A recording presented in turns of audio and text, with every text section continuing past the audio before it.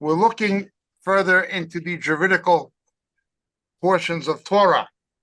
Now remember, in theory, Western jurisprudence and criminal justice system is ostensibly based on the biblical system.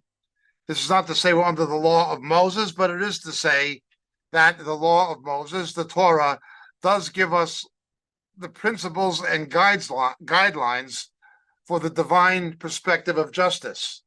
And for any kind of a just criminal justice system to work, a fair one, it needs to be predicated on these principles. Well, in some ways it may be, in some ways it is, but in other ways it is not. Look with me, please, to Exodus chapter 22, verse 1. If a man steals an ox or a sheep and slaughters it or sells it, he shall pay 5 oxen for the ox and 4 sheep for the sheep. If the thief is caught while breaking in and is struck so that he dies, there'll be no blood guiltiness on his account. But if the sun has risen on him, he will be blood guiltiness on his account. He shall surely make restitution. If he owns nothing, then he shall be sold, that is, as an indentured servant for his theft. If what he stole is actually found alive in his possession, whether an ox or a donkey or a sheep, he shall pay double. If a man lets a field or vineyard be grazed bare and lets his animal loose so that it grazes in another man's field, he shall make restitution for the best of his own field and the best of his own vineyard. If a fire breaks out and spreads to thorn bushes, so that stacked grain or standing grain or the field itself is consumed, he who started the fire shall surely make restitution. If a man gives his neighbor money or goods to keep for him, and it's stolen from the man's house, if the thief is caught, he shall pay double. If the thief is not caught, then the owner of the house shall appear before the judges to determine whether he had his hands on his neighbor's property. For every breach of trust, whether it is for ox, for donkey, for sheep, for clothing, or for any lost thing about which one says, "This is it," the case of both parties shall come before the judges. He whom the judges condemn shall pay double to his neighbor. If a man gives his neighbor a donkey, an ox, a sheep, or any animal to keep for him, and if it dies or is hurt or is driven away while no one is looking, an oath before the Lord shall be made by the two of them, that he has not laid hands on his neighbor's property, and his owner shall accept it, and he shall make restitution. But if it is actually stolen from him, he shall make restitution to its owner. If it is all torn to pieces, let him bring it as evidence. He shall not make restitution for what has been torn to pieces. If a man borrows anything from his neighbor, and it's injured or dies while its owner is not with it, he shall make full restitution. If its owner is with it, he shall not make restitution. If it is hired, it came for its hire. Let's begin with these first 15 verses and see how far we get today. God's concept, God's principles, God's perspective, God's parameters of criminal justice.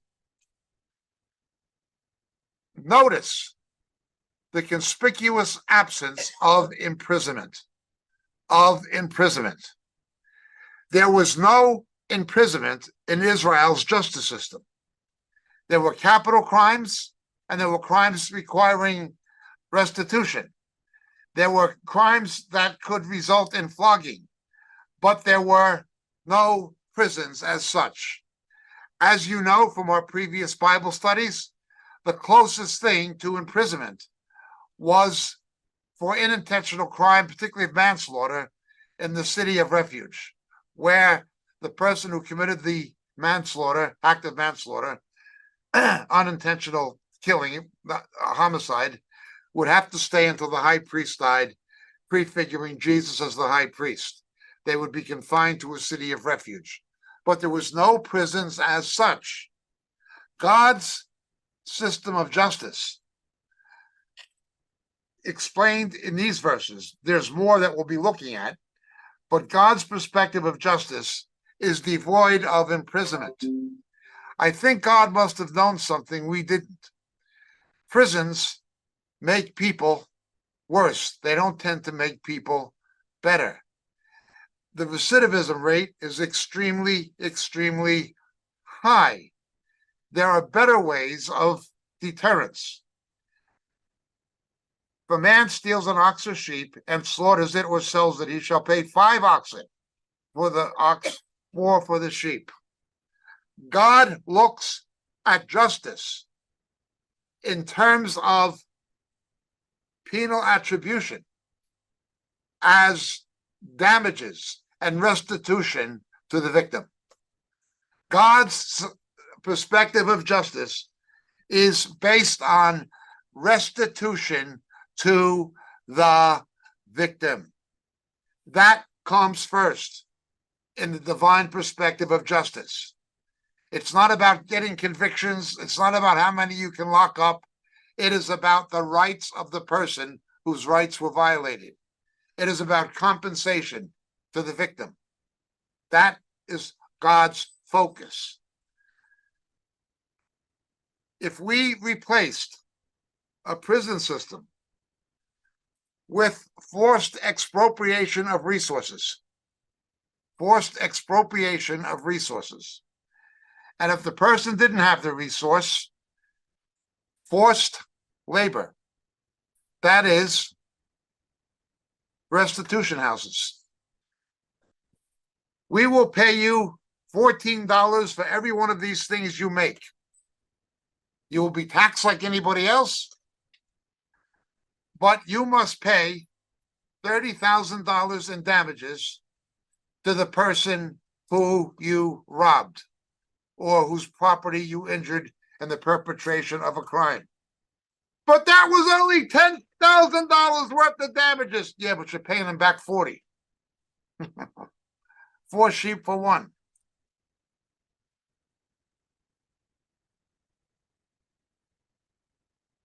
And that's not rewarding a victim.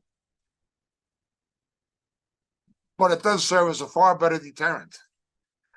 Well, how many can I make at 14? 14 apiece. How many hours a day you want to work?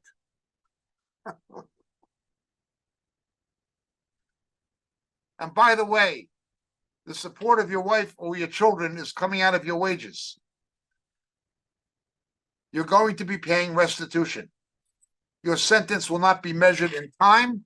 Your sentence will be measured in restitution. That was God's perspective. That was God's perspective. You got these guys rioting and things like that, stealing the computers. No, you don't pay for the computer. You're buying 4 computers. That's not fair. I only stole 1. Well, no, it wasn't fair that you stole the 1. That's the law. That kind of penal system should replace the criminal justice system, ideally. Now, am I saying that they're not people who must be incarcerated, like those who are clinically insane? Well, there are. There are murderers with diminished responsibility. That psychiatric opinion, 10% to the court sustainable argumentation that if they weren't mentally ill, they wouldn't have done it. So we can't execute them. But it's still a crime. Somebody who's criminally insane is still a criminal. There may be cases. Now, in biblical times, this was exile from the community. Exile from the community. These people would be put out into the desert. They'd have to go survive for themselves in exile. That is not a viable option in the modern world. I'm not saying we take these exact laws and we apply them today, but I'm saying that we should take the principles. We should take the principles upon which the divine criminal justice system is predicated and make our laws based on them. Let's look at the next one. If the thief is caught while breaking in and is struck so he dies, there'll be no blood guiltiness on his account. The outrage, again, I'm not pontificating politically, but the outrage. You had this 70-something-year-old man from the Dominican Republic, a legal immigrant. He had a green card. He was working in a bodega.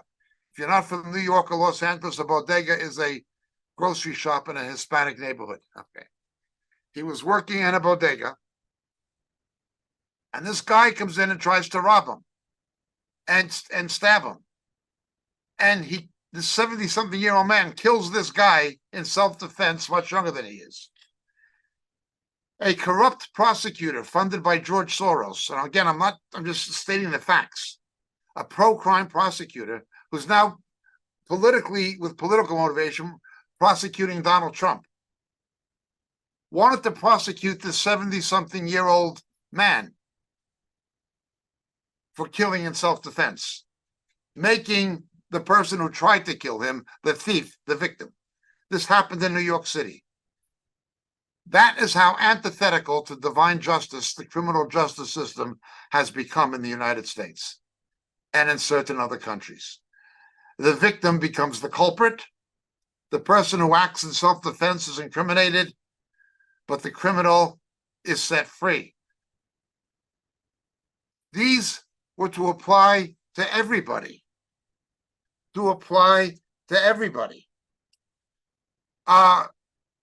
Justice was supposed to be blind. Justice isn't. There were cases, and again, I'm not saying justice was not served. I'm just stating certain facts.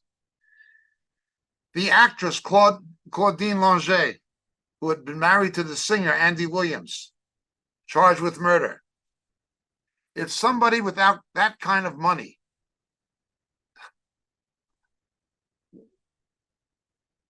was put on trial for the same crime, it's very unlikely they would have walked.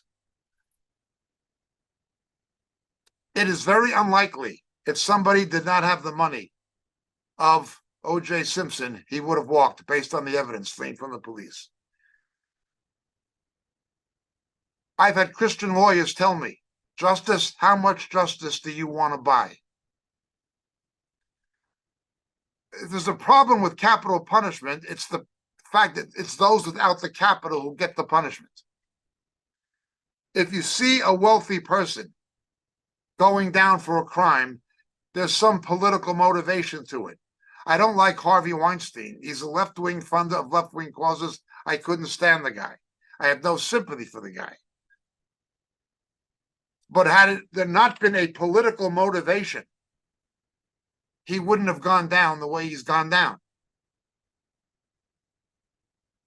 Now, there are more exaggerated cases of this. I've been to Saudi Arabia. You see this in Saudi Arabia. There's two standards of justice. There's one for the members of the House of Saud. If a member of the House of Saud is decapitated, which happened to a princess once and somebody else, there was a political reason for it. Okay. You've got this foreign labor, people from the Philippines and from poor Muslim countries like Pakistan. Under Sharia, the application of Islamic law is brutal to the poor. Brutal.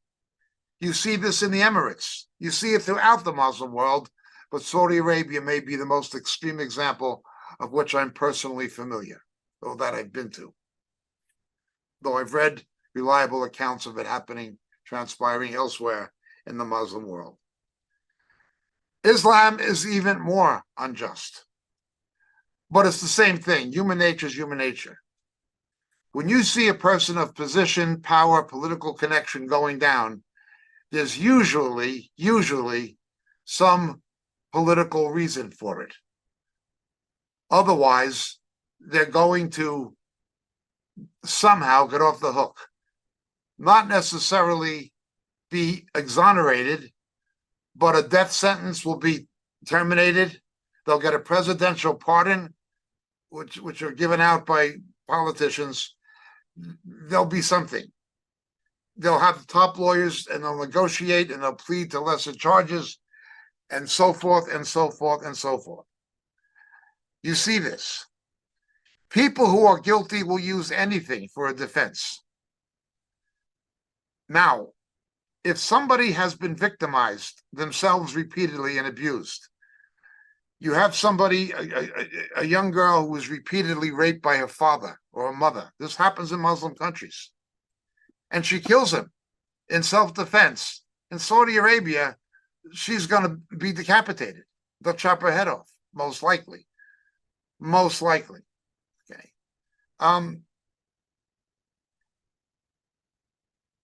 People can be driven to do things, but they do them in desperation of self-defense. Verse 2, if he strikes him and he dies, there'll be no blood guiltiness. If you kill in self-defense, in the last 3 days, 2 left-wing activists reaped the fruit of their own arrogant stupidity. One was somebody was formerly homeless, who cleaned up his act and became a left-wing journalist and activist in Philadelphia, Josh Kruger. Somebody came into his house and shot him to death. He was anti-police,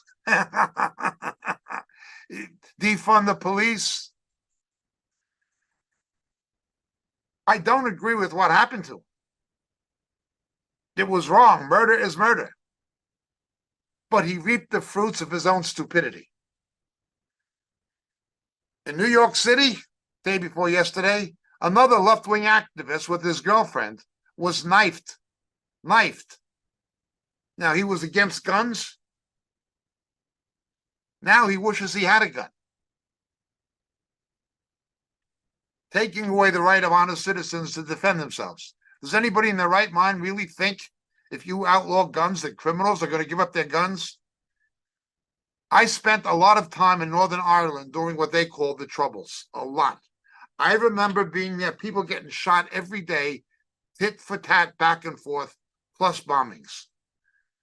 I've seen some terrible things there, as I have in Israel.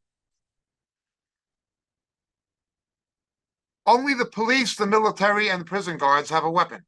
You can't get a gun in Ireland, and you certainly cannot get a gun in Northern Ireland. It's almost impossible to get a gun except on a hunting club in England or Great Britain. You can't get a weapon. Only the cops had guns. Only the army had guns. No. The only ones who had guns were the police, the army, the prison service, and the terrorists. The UVF, the UDH, the IRA, the INLA, they always had weapons. Somehow, this stupid idea of taking the rights of an honest citizen away to defend their family, their home, and themselves is going to stop crime. Again, I don't want to sound like I'm pontificating politically. I'm only readdressing what historically developed. Gun control was invented by the Democratic Party in the American South during the Jim Crow era. Its purpose was to stop Black Americans from defending themselves from the Ku Klux Klan. The Klan would show up on a Black person's house at the middle of the night with his family, his wife, and kids, and they would set a cross on fire, threaten to kill him. They didn't want these Blacks to be able to defend themselves. So they began to campaign for gun control. That's what they did. It was something to disarm Blacks so they would not have the means of self-defense in the American South. I think that every person, irrespective of their race, who lives in a high crime neighborhood would be out of their mind not to get some lessons in gun safety and firearm proficiency and be able to defend yourself. I live in Great Britain. Great Britain is a country that has much less gun crime than in the United States, but much higher knife crime. and much higher rate of burglary. Much higher. If a burglar thinks he might get shot breaking into somebody's house, he's going to find another house. Knife crime is very ugly.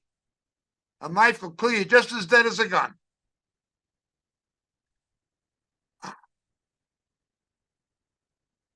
The scripture affirms the right of people to kill in self-defense. Thou shalt not murder. It does not say thou shalt not kill. Thou shalt not murder. He who lives by the sword dies by the sword. It's the criminal who lives by the sword, not the honest citizen defending himself and his family.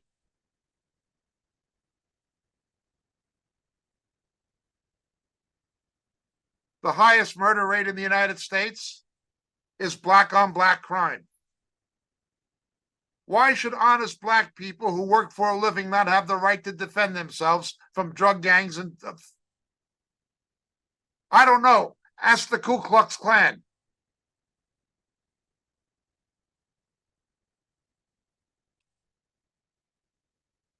And the way they lie and package this stuff as it's a moral cause that'll prevent crime. No, it doesn't. It makes more crime. I've seen this in Northern Ireland. The criminals will always get guns. If you outlaw guns, it's only honest citizens who are going to be disarmed, not criminals. Look what happened in Baltimore. I'm speaking in Baltimore shortly. My father's family came to Baltimore from Europe. In Baltimore, predominantly black city now, the mayor was black.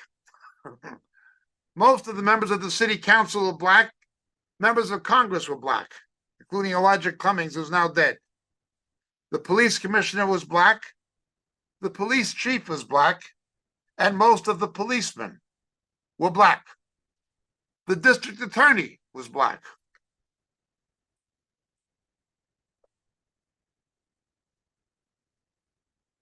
The mayor and the prosecutor told the police to stand down during the riots. There were dozens of murders. Everybody murdered was black. Yet they tried to racialize it.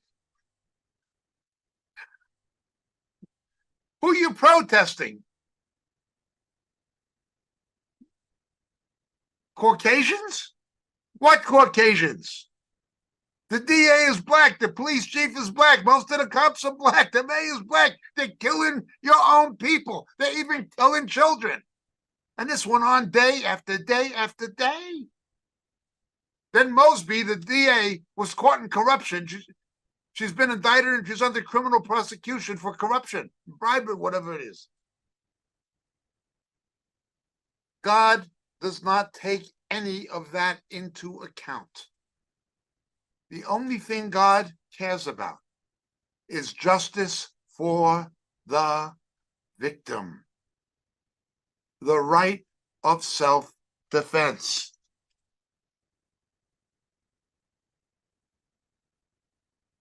Verse 3, if the sun has risen on him, otherwise, if he doesn't get killed after he does the breaking and entry, there'll be blood guiltiness on his account.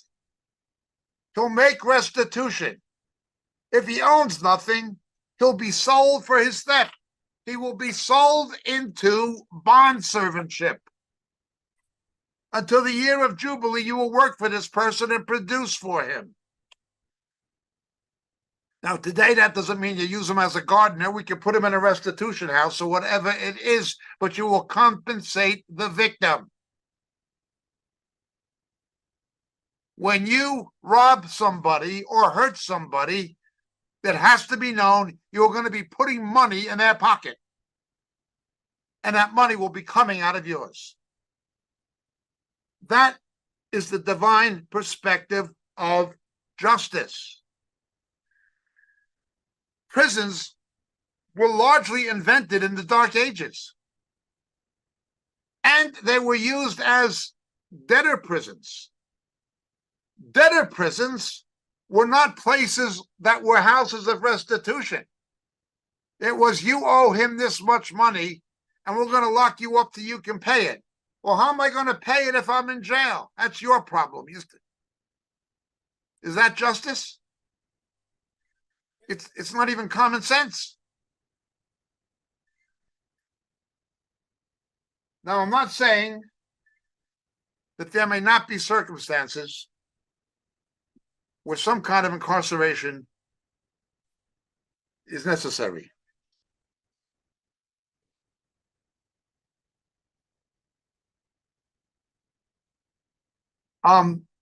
Some kind of incarceration may be necessary, but it should be the exception. It should not be the rule.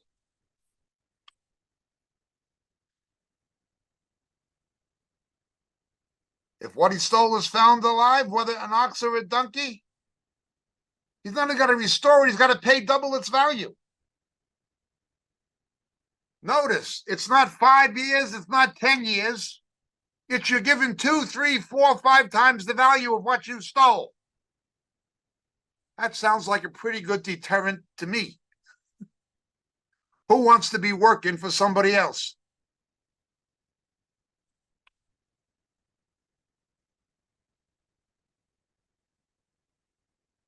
If a man lets a field or vineyard be grazed, bare, and his animals loose, so it damages another person's field, he'll make restitution from the best of his own and the best of his own vineyard.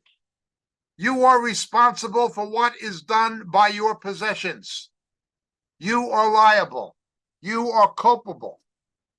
If a fire breaks out and spreads to thorn bushes, so that the stacked grain or standing grain on the field is consumed, he who started the fire shall give his neighbor money or goods to keep for him, and it is stolen from the man's house. If the thief is caught, he shall pay double.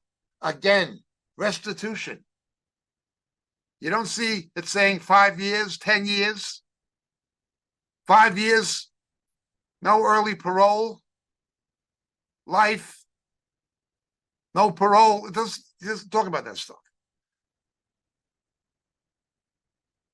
If the thief is not caught, in verse 8, the owner of the house shall appear before the judges. You can still go to court to determine whether he had his hands on his neighbor's property.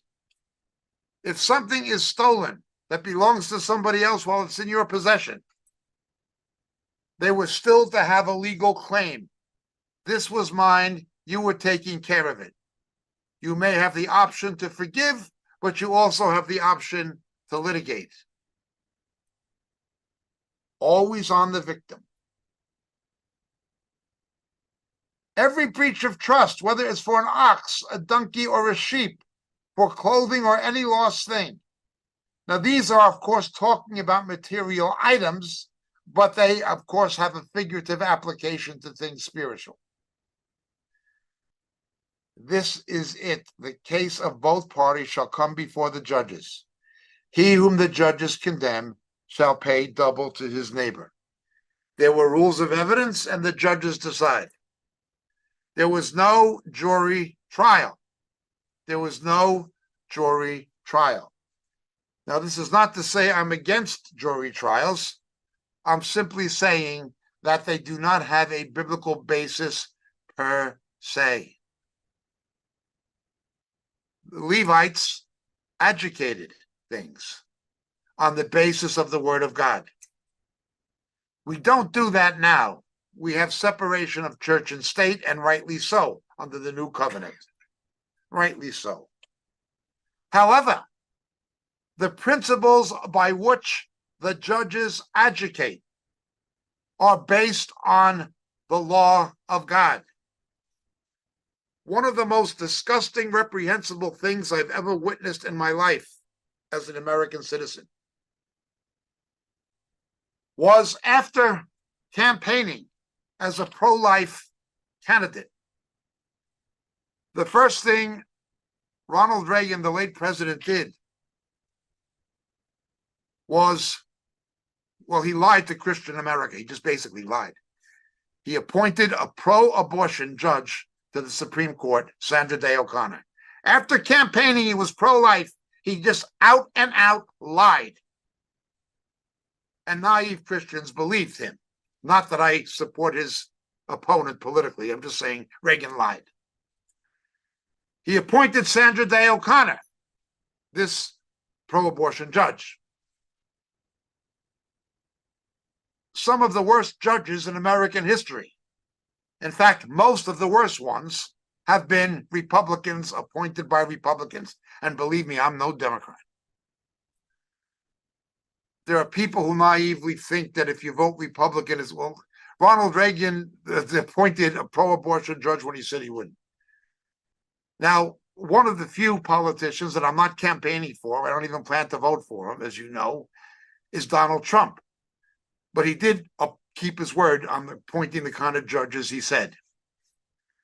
However, the homosexual judge in California, who with the stroke of a pen outlawed Proposition 8, demolishing the democratic will of the people of California to have heterosexual marriage, was a homosexual. In his decision, and you should read that decision, it's shocking. He blames Christianity for homophobia as a homosexual himself. He did not recuse himself. This is a legal court decision condemning Christianity for homophobia. And despite the fact that most of the people in California wanted heterosexual marriage, he outlawed it and got away with it. Who appointed that devil, that homosexual, to the bench? George Bush. Who nominated that devil to the bench? Ronald Reagan. When prayer was ordered out of the schools, what was Earl Warren, the Chief Justice? A Republican. He ordered God out of the classroom. Under Warren Burger, Roe v. Wade, who ordered God out of the maternity ward? A Republican. Roberts is the same now. It is not about politics. They are all enemies of justice as God defines justice. So, Sandra Day O'Connor wrote the Supreme Court's decision outlawing the Ten Commandments from being in a judicial building in the state of Alabama. There was a monument of the Decalogue in front of the judicial building in the state of Alabama's capital, Montgomery. The Supreme Court said, no, you can't have that there. Remove the Ten Commandments. We don't want man's laws to be influenced by anybody's religious opinion, as in Judeo-Christian. So this pro-abortion judge appointed by Reagan writes the decision and orders the Ten Commandments taken out of the judicial building in Alabama. A wicked, wicked woman appointed by a hypocritical liar of a politician. I'm only stating what happened. Once you remove man's laws from God's laws, once the judicial principles, once the divine perspective of justice is forcibly divorced from the judiciary in any democracy, justice will go into terminal decline. A 70-something-year-old man being prosecuted for murder for protecting himself from a thief who tried to kill him. People are being murdered You've got prosecutors like Paul Krasner, a left-wing Jew in Philadelphia, Kim Fox in Chicago, Bragg in New York, etc. These people are not there for judicial purposes. They are there for political purposes. The judiciary becomes politicized. It's not an independent judiciary about justice. It's a political judiciary. Well, how did that happen? How can you try to prosecute a man, an old man, for defending himself from somebody trying to kill him? It's simple. How can you have such abomination? It is illegal to commercially traffic in human body parts. This week in California, it didn't begin this week, somebody who exposed the trafficking in human body parts of aborted fetuses. Now, look, you can get stem cells. You can harvest stem cells from placenta tissue or from naturally miscarried babies. You don't have to abort to get stem cells. But it was exposed that Planned Parenthood was doing it. Did anybody from Planned Parenthood go to jail? Were they indicted? Were they even indicted for a felony? No.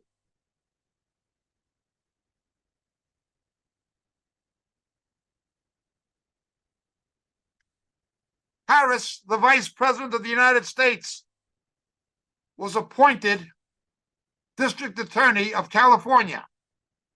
She climbed the political ladder by committing adultery with another woman's husband, the Speaker of the Assembly in the state of California in Sacramento, Willie Brown. And he backs her, and she winds up Attorney General before she becomes Senator and then Vice President. She prosecutes the person for exposing it, for exposing the felony, not for the felony. Now remember, approximately 7 out of 10 of those babies being aborted for no medical consideration are black. 7 out of 10 of those babies are black babies. Yet the people standing up and saying this is wrong, this is murder, are being called white racists. Well, this past week, nothing happened with Planned Parenthood and will not likely happen. But the person was found guilty in the court, liable in a civil action, not just a criminal action, in a civil action, and ordered by the court to pay $18 million in damages. You committed a felony. You were trafficking in human body parts.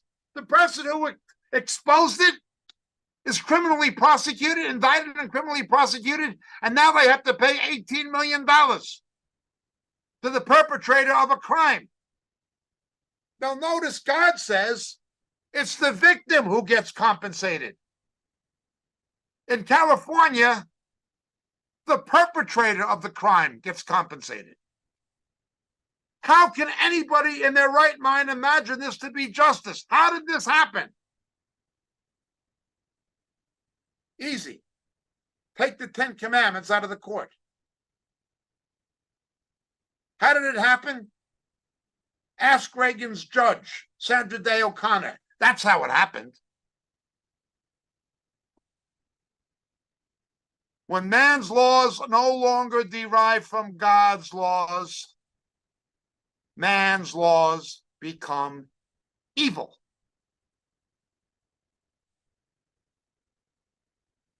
And that's what we're seeing.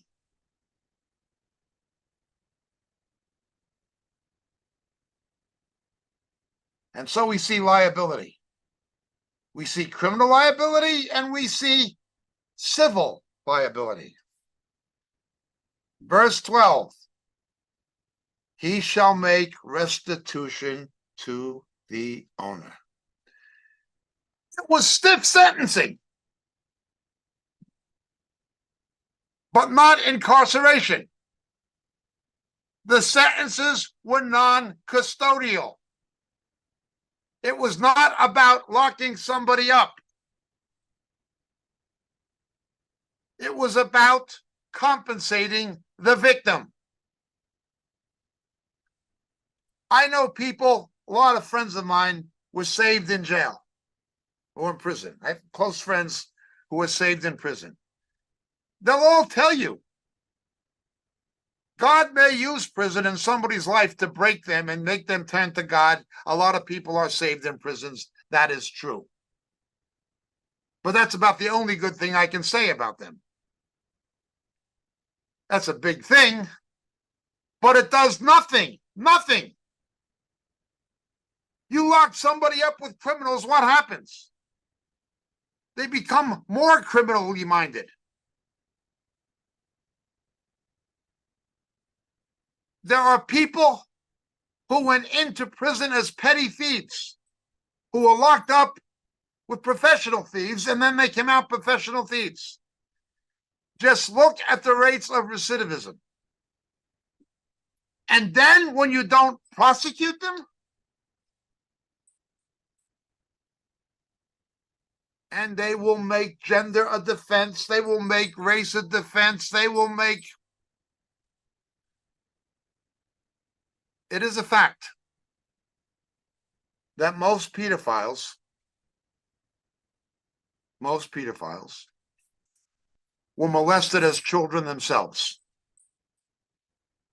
This affected their sexual orientation psychologically in early adolescence. Not all, but most pedophiles were in some way sexually violated themselves as children.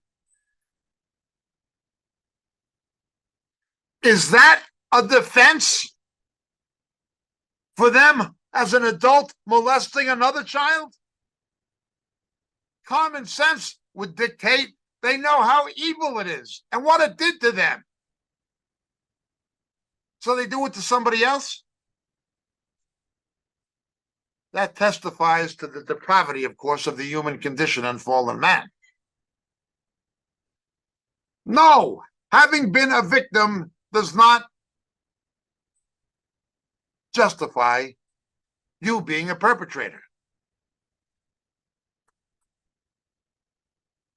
When most people killed in Chicago are black people killed by other blacks, how can you make race a defense? It's not even rational. I saw a picture of a lady who lost her daughter, and she made like a collage of all the graves of children in Chicago, just in Chicago, South Side mostly, shot going to and from school. A couple of dozens, 3-4 dozen kids shot dead going to school. What, you can't send your little kid to school?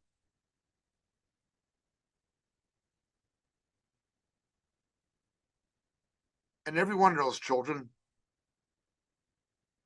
were Afro-American.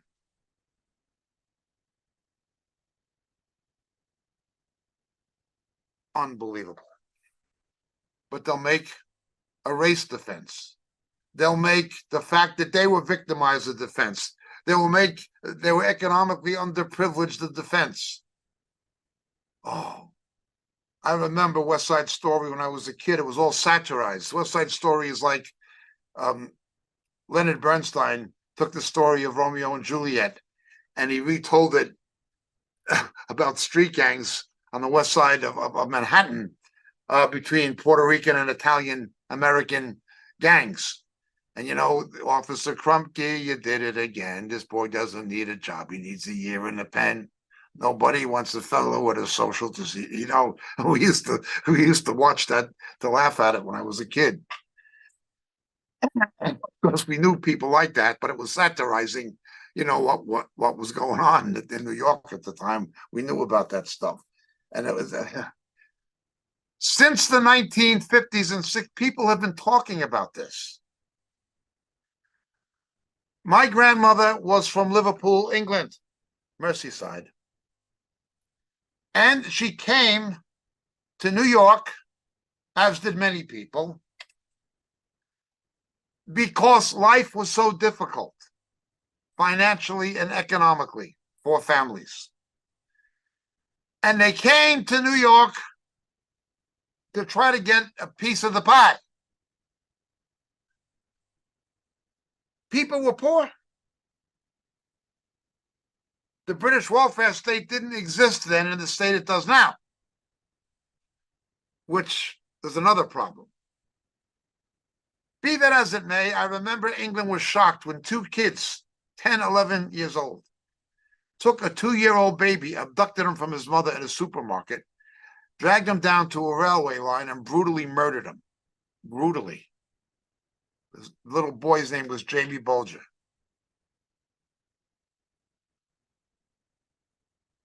People were a lot poorer than that when my grandmother left Liverpool. A lot poorer. But a crime like that would have been unthinkable. One of the great geniuses of American popular culture and popular music is the composer George Gershwin and his brother Ira. George Gershwin was classically trained, but he wrote jazz. He wrote what it was, the pop music of the day. But he had this idea of a kind of operetta where he would combine opera with Black American gospel music. And he went down to the American South during the days of Jim Crow. I mean, people living in shacks with no electricity or indoor plumbing.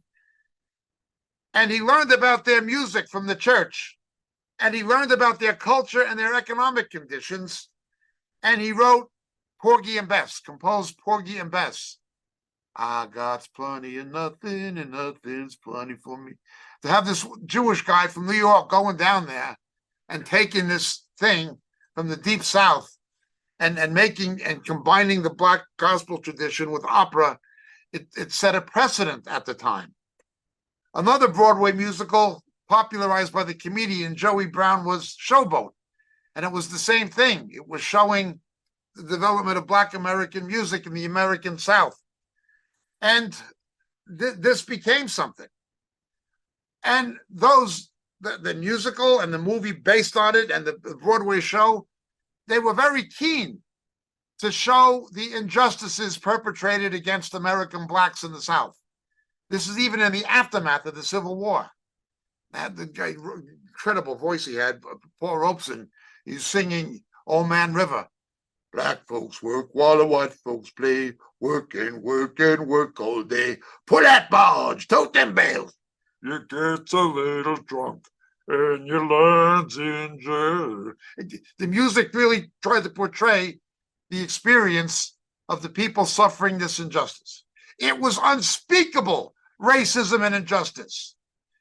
They still had slavery by a different name. Even though slavery was abolished, it was perpetuated with chain gangs and things like arresting people for stupid stuff and all this. It was the same thing, practically.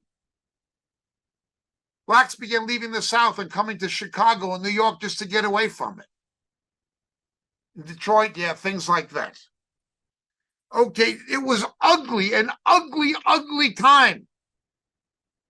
After the Second World War, Black veterans who got shot on the beach at Omaha Beach on D-Day, they were hung, strung up and hung by the Klan. They were lynched by the Klan in the late 1940s. Stuff that's unbelievable by today's standards. Yet, very few Black children were born out of wedlock. The one thing they had was their faith that gave them a hope and a moral standard that propelled them towards education and upward mobility. Something they had. You didn't see this kind of crime. You didn't see this kind of immorality in the Black. These were people. Just listen to the hymns of Mahalia Jackson. These were people of Christian faith. You didn't do this stuff. It would have been a shame and a disgrace.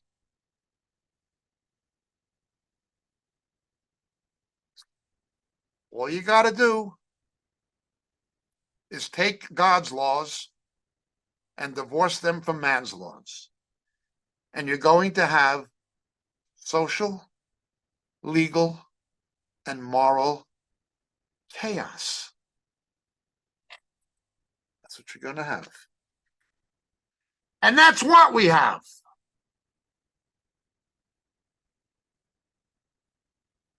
It's only the narrative. They lie, they lie, they lie.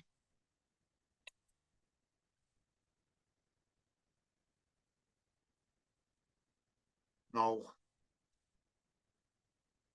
All you got to do is take the 10 Commandments and throw them out the window. Thou shalt not commit adultery. Throw that out the window.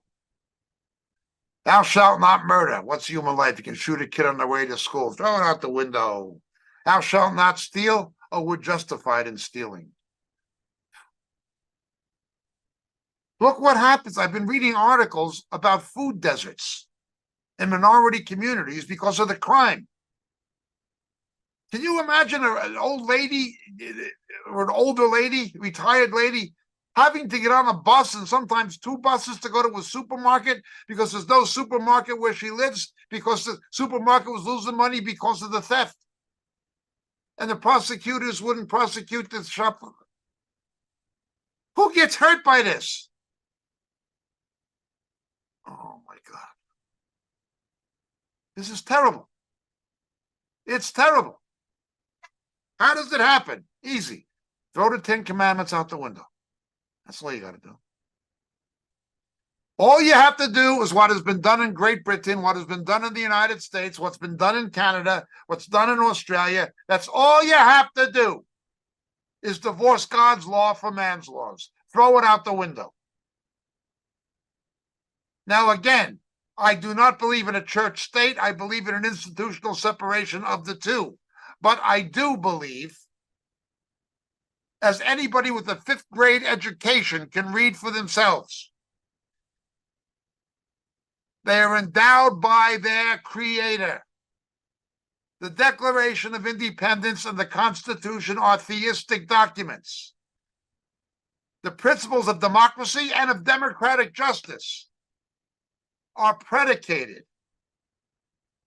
on a belief in the divine standard. That's gone. That's gone. Democrat, Republican, they're both guilty. White, black, they're both guilty. The society is guilty. All of these Protestant democracies are guilty. There'll be no justice. How much justice you want to buy? There'll be moral disintegration. There'll be systemic breakdown of the judicial system. It can only fail. Throw God's law out the window, and man's laws will not matter. We'll leave it there until next week. Thank you so much for listening. I'd be happy to take any questions relevant to today's teaching. Please try to make them not too political. I was not trying to politically editorialize. I was just stating certain facts, factual realities. Hello, and thank you for watching Moriel TV. There are so many things that are happening at Moriel Ministries worldwide, from the Philippines to Japan, to India to Africa, and back to Europe and the United States. So many of our brothers and sisters are spreading the good news of Jesus Christ to this lost world. We are so thankful for your prayers. God has been faithful and has blessed us in so many ways. If you'd like to partner with our efforts abroad and at home, please take a moment to click the link in the description and help us as the Lord leads you. Thank you very much, and God bless.